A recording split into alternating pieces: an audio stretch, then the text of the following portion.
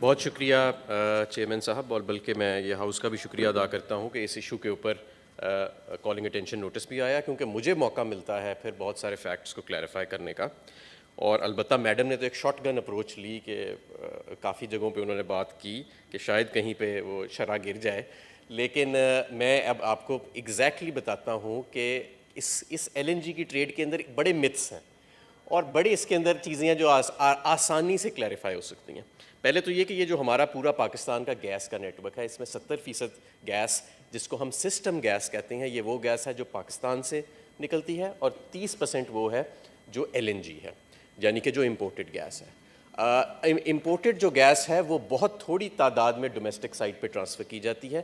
ہمارا جو domestic site ہے وہ تمام کا تمام تقریباً وہ صرف سسٹم گیس پہ چل رہا ہے، یعنی کہ وہ اس کی ڈپینڈنس ایل این جی پہ نہیں ہے، کیونکہ ایل این جی بہت مہنگی ہے اور پاکستان میں سسٹم گیس جو ہے وہ بہت سستی ہے. میڈم نے یہ بھی کہا کہ قیمتیں 300% بڑھا دی گئیں، ایسا نہیں ہے. پاکستان میں گیس کی قیمتیں 2019 سے نہیں بڑھیں، بالکل نہیں بڑھی پاکستان میں 2019 سے گیس کی قیمتیں. میں ابھی آپ کو بتاتا ہوں. شہری رحمان صاحب آپ سن لیں. اچھا اس کے سن بعد تو لینا جی، ایسے نہ کریں، آپ تو سینئر ہیں. کیوں جی؟ Please order in the house. یہ بہرحال یہ ریکارڈ کا حصہ ہے، اور یہ جا کے ویریفائی بھی ہو سکتا ہے. یہ ساری پبلشڈ رپورٹس ہیں. پروونسز کے حقوق کی باتیں کی گئیں کہ سندھ سے 70% بناتا ہے گیس. سندھ 70% نہیں، سندھ کو تقریباً 38% کے قریب جو گیس ہے وہ سپلائی کرتا ہے. سب سے بڑا جو سپلائر ہے وہ بلوچستان ہے، اور اس کے بعد بلوچستان بھی تقریباً 40% بناتا ہے. پنجاب تقریباً 13% کے قریب بناتا ہے. سوری ناٹ پنجاب، کے پی کے 12% کے قریب بناتا ہے، اور 8-9% جو ہے وہ پنجاب جو ہے وہ پروڈیوس کرتا ہے. اور اس کا ایک بینیفٹ ان کو یہ ملتا ہے کہ جتنے یہ صوبے گیس بناتے ہیں، میجورٹی گیس جو ہے، انہوں نے 70% کہا، جو بلوچستان سے گیس سندھ میں آ رہی ہے، اگر آپ اس کو بھی ساتھ شامل کر لیں تو مور دین 80% گیس جو سندھ سے نکلتی ہے وہ سندھ میں ہی کنزیوم ہو جاتی ہے. اور جو خیبر پختونخوا سے نکلتی ہے 70% گیس وہ خیبر پختونخوا میں ہی کنزیوم ہو جاتی ہے. بلکہ نہ صرف یہ کہ جو ونٹرز انڈسٹری کو بھی تو دے رہے ہیں. کیا کر رہے ہیں میڈم؟ ونٹرز کے اندر ڈومیسٹک لوڈ اوپر چلا جاتا ہے، جب ڈومیسٹک لوڈ 3 گنا بڑھ جاتا ہے تو یہ تمام گیس جو ہے یہ وہ صوبہ جو ہے وہ کنزیوم کر لیتا ہے. تو سب سے پہلے تو یہ اس کے اندر وضاحت ہونی بہت ضروری تھی. اور جن صوبوں کے اندر یہ گیس نکلتی ہے وہاں پہ آبویسلی سسٹم گیس کا ایڈوانٹیج مل رہا ہوتا ہے. مثال کے طور پہ جو نان ایکسپورٹ انڈسٹری ہے وہ ایل این جی کے ریٹ پہ پنجاب میں چل رہی ہے 2700 روپے MMBTU. وہی unit naan export general industry کا جب سندھ میں چلتا ہے تو اس کا وہ 60-750 روپے MMBTU یا 1100 روپے MMBTU جو ہے اس کا ریٹ ملتا ہے. تو یہ ریٹ کا بھی ایڈوانٹیج جو ہے وہ ان کو انڈسٹریل سائٹ پہ ملتا ہے. البتہ ڈومیسٹک سائٹ کے اوپر جو سسٹم گیس ہے اس کو ایک ہی ریٹ کے اوپر سارے صوبوں میں رکھا جاتا ہے.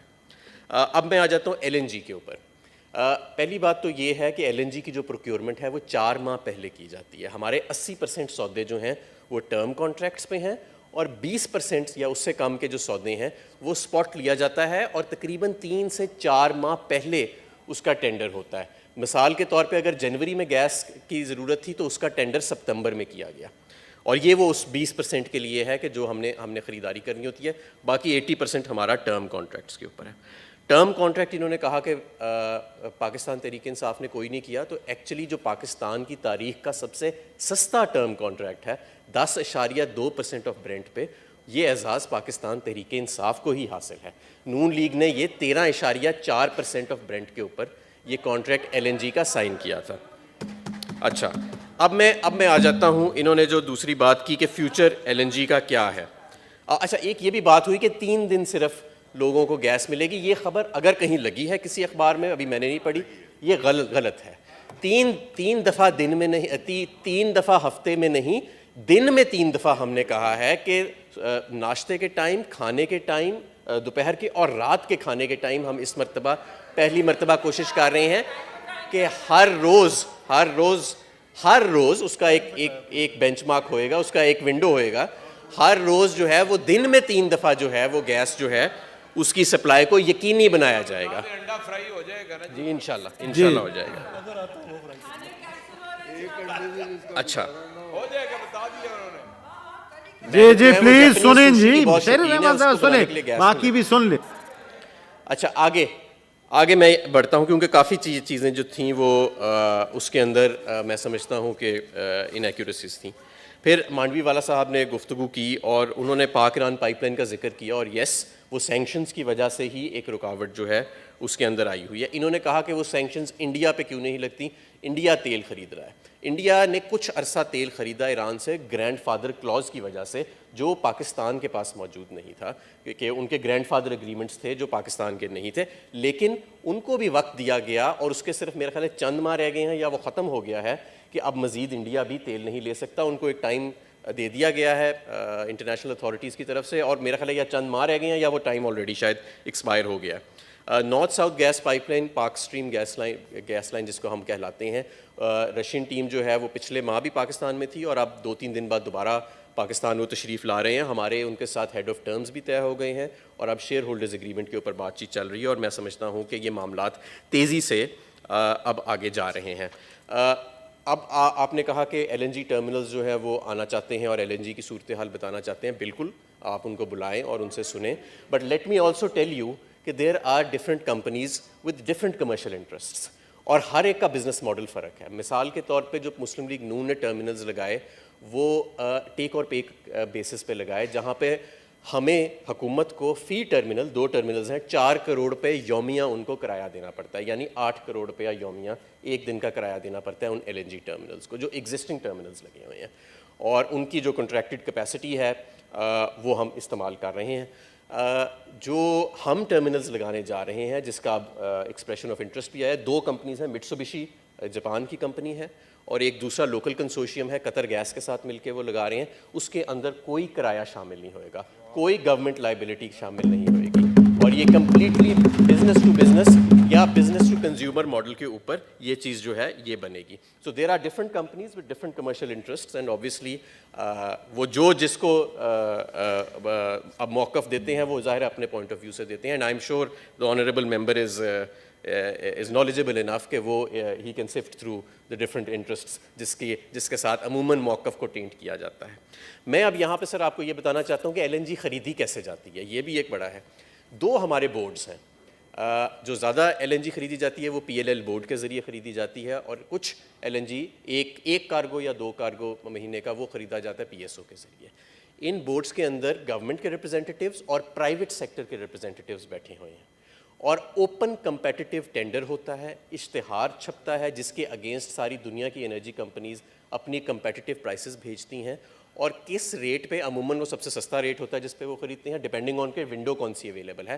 میجورٹی ووٹ کے ذریعے وہ بورڈ فیصلہ کرتا ہے پبلک اور پرائیویٹ ریپرزینٹیوز پہ مشتمل کہ ہم نے کتنی ایل این جی کس وقت, اور یہ جو ریٹس آئے ہیں اوپن کمپیٹیٹو ٹینڈر کے ذریعے اس کے ذریعے لینی ہے. دس از دا, اور یہ 4 ماہ پہلے, اور یہ وہ ایل این جی پرچیز ہو رہی ہے جو صرف 20% ہے, باقی 80% جو ہے وہ آپ کی پہلے سے ٹرم کانٹریکٹس کے اوپر ہے, جس کے اندر سب سے سستا ٹرم کانٹریکٹ جو ہے وہ پاکستان تحریک انصاف نے کیا ہے. تو یہ وہ پروسیس ہے جس کے ذریعے ہوتا ہے وہ. اب آیا ہم نے کوئی اس میں نہیں خریدی ہے, تو میں آپ کو یہ بھی بتا دیتا ہوں کہ ابھی تک آپ یہ بھی نوٹ کریں کہ جو انہوں نے کہا تھا نا کہ باقی ساری دنیا کا میں نے ابھی تک اگزامپل نہیں دی کسی بھی دنیا کے ملک کی, میں صرف اپنی بات کر رہا ہوں. جو آپ کی کیپیسٹی ہے, جو کنٹریکٹڈ کیپیسٹی ہے دونوں ٹرمینلز کی, وہ 12 کارگوز مہینے کے ہے. اس شدت جو ایک پورا بحرانی کیفیت آئی ہے, اس کے باوجود ہم نے 11 اور 10 کارگوز نومبر اور دسمبر کے لیے انشور کیے اپنے ٹرمینلز کے لیے, اور یہ ٹرم کانٹریکٹس کے ذریعے بھی ہوا اور اسپاٹ بائنگ کے ذریعے بھی ہوا اس کے اندر. لیکن 2017 کے جو مسلم لیگ نون کے کیے ہوئے کانٹریکٹس کے سپلائرز تھے, ان میں سے 2 نے ڈیفالٹ کر دیا, اور وہ جب ڈیفالٹ کیا انہوں نے یہ ٹرم کانٹریکٹس کے اوپر, تو ہمیں فوری طور پہ مارکیٹ میں دوبارہ جانا پڑا, اور 1 کارگو ہمیں اس کے لیے ریپلیسمنٹ ہم نے لی, اور وہ اوپن کمپیٹیٹو ٹینڈر پروسیس کے ذریعے ہی لی جس کا میں نے آپ کو ذکر کیا, اور بورڈ پروسیس کے ذریعے ہی لی, اور وہ ہمیں 1 کارگو. باقی جو تمام کارگوز ہیں ہمارے وہ یا ٹرم پہ ہیں یا وہ پہلے کے لیے ہوئے ہیں, اور یہ 9 اور 10 اور 11 کارگوز جو تھے, اب 10 اور 10 ہو گئے تقریباً. This is as opposed to the maximum terminal capacity of 12 cargos a month جو ہم امپورٹ کر سکتے ہیں. اور میں آپ کو یہ بھی بتاتا چلوں کہ یہ جو آر ایل این جی کی ڈیورژن ہے ٹورڈز دا ڈومیسٹک سیکٹر, جو صرف اور صرف چند ماہ میں تھوڑی سی ہوتی ہے, اس سے ہمیں بڑا شدید نقصان ہوتا ہے. اب ہمارا گیس کا کرائسس ہے کیا؟ ہمارا جو پاکستان میں ہر دفعہ گیس کا کرائسس آتا ہے اس کا تعلق ایل این جی سے کوئی خاص نہیں ہے. ایل این جی تو جیسے میں نے آپ کو بتایا کہ جتنی آپ کی امپورٹ کرنے کی کیپیسٹی ہے وہ آپ تقریباً ونٹرز میں بھی اتنی امپورٹ کر رہے ہیں. اس سخت حالات میں بھی آپ نے تقریباً 80% کے قریب جو اپنی ریکوائرمنٹ ہے وہ انشور کر لی ہے. پرابلم یہ ہے کہ آپ کا جو ڈومیسٹک گیس کی ڈپلیشن ہے, آپ کا جو ڈومیسٹک نیٹ ورک چل رہا ہے وہ دنیا کا سب سے بڑا نیٹ ورک ہے. جو ملک گیس ایکسپورٹ کرتے ہیں ان کا بھی اتنا بڑا نیٹ ورک نہیں ہے ریزیڈینشیل کا جو آپ کا ہے. سکسیسو گورنمنٹس نے اس کے اوپر بین لگانے کی کوشش کی, اور میں کریڈٹ دیتا ہوں یہاں یوسف رضا گیلانی صاحب کو کہ جن کی کابینہ نے 2011 میں ڈپلیٹنگ گیس ریزروز کو دیکھتے ہوئے ایک موریٹیریم لگایا ڈومیسٹک گیس کنیکشنز کے اوپر. لیکن اس کے بعد جب نون لیگ کی حکومت آئی تو انہوں نے اس کو لفٹ کیا اور پھر ایک بے تحاشا سے دوبارہ ریزیڈینشیل اور ڈومیسٹک گیس نیٹ ورک کا ایکسپینشن شروع ہو گیا. آج پاکستان میں 28% گھرانوں کو گیس ملتی ہے, 70% کے پاس یہ پائپڈ گیس نہیں ہے. لیکن ان 28% کو سیٹسفائی کرنے کے لیے ہمیں کرٹیلمنٹ کرنی پڑتی ہے ہر سال انڈسٹریل سائٹس کے اوپر, وچ آئی تھنک جو کہ دنیا میں کہیں نہیں ہوتا, کیونکہ ہمارے ملک میں گیس جو پرائیورٹی آرڈر ہے گیس کا اس میں ڈومیسٹک نمبر 1 پہ ہے, پاور سیکٹر نمبر 2 پہ ہے, پھر انڈسٹری آتی ہے, پھر فرٹیلائزر آتا ہے وغیرہ وغیرہ. تو یہ ہمارا پرابلم ہے کہ ہماری ڈومیسٹک ڈپلیشن. اب میں آپ کو بتاتا ہوں کہ ڈپلیشن کتنی ہوئی ہے. 2010 میں سوئی ناردرن گیس پائپ لائن کا جو ڈیلی فلو تھا وہ 2000 MMCFT تھا. آج دیکھیں لوگ غور سے سن رہے ہیں, سننے دیں. 2000 MMC S N G P L کا ڈیلی فلو 2010 میں 2000 MMCFT تھا. چیئرمین صاحب آپ کو پتہ ہے کہ آج وہ فلو کیا ہے؟ وہ ڈپلیشن کے ذریعے کم ہو کے صرف 800 MMCFT رہ گیا. اور پچھلے 10 سال میں آپ یہ دیکھیں, یعنی کہ S N G P L کا ڈیلی فلو جو ہے وہ کم ہو گیا. اور سب سے زیادہ ڈپلیشن سندھ میں ہو رہی ہے. میں یہ بھی بتاؤں, حالیہ ماضی میں سندھ کی جو گیس فیلڈز ہیں سب سے زیادہ ڈپلیشن اس میں ہو رہی ہے. چند سالوں کے اندر, میں زیادہ دیر کی بات نہیں کر رہا, 2 سے 3 سال کے اندر ایون سندھ بھی جو ہے وہ نیٹ امپورٹر آف گیس بن جائے گا. وہ دوسرے صوبوں سے یا ایل این جی کی بنیاد پہ نیٹ امپورٹر بن جائے گا. اب میں آپ کو بتا رہا ہوں, دیکھیں ذرا سنیں نا, میں ایک بڑے ڈسپیشنیٹ صاحب پلیز سنیں جی.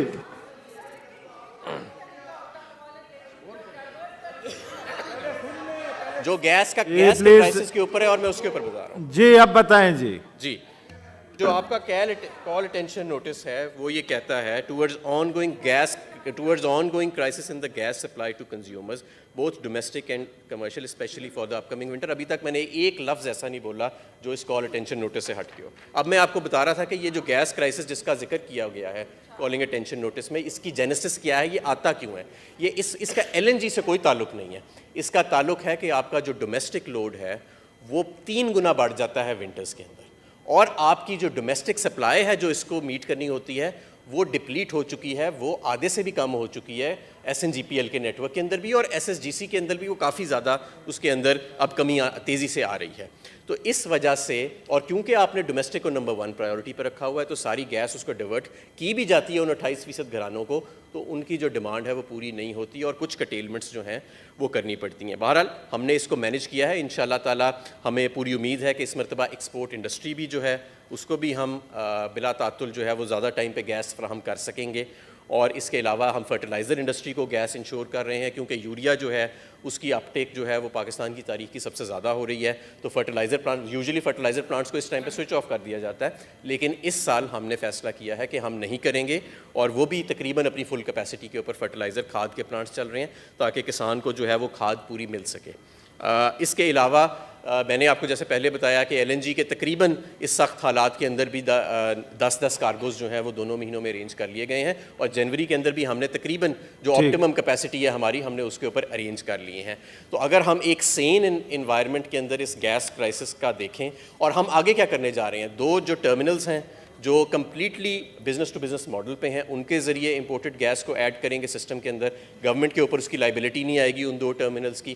North south gas pipeline جو ہے اس کا جلدی ہم انشاءاللہ تعالیٰ کلوجر کریں گے کہ اس کا جو اگریمنٹ ہم کر رہے ہیں رشینز کے ساتھ وہ انشاءاللہ تعالیٰ اس پہ جلدی ایک کلوجر ہوئے گا. اور اس کے علاوہ اب ہم تقریباً تمام جو ہماری ایگزسٹنگ پائپ لائنز بچھی ہوئی ہیں اس کو ہم ریہیب کی طرف, ریہیبلیٹیشن کی طرف لے کے جا رہے ہیں. سوئی گیس آپ کو میں آخر میں یہ بھی بتاتا چلوں کہ SNGPL میں جب ہم آئے تھے تو UFG لاس یعنی کہ جو لاسز کا ریشیو تھا وہ 11.8 تھا. اس سال الحمدللہ وہ 8.8 رہ گیا ہے, جو کہ اوگرا کے بینچ مارک سے صرف اب 1% پوائنٹ جو ہے وہ دور رہ گیا ہے. بہت شکریہ. Thank you G.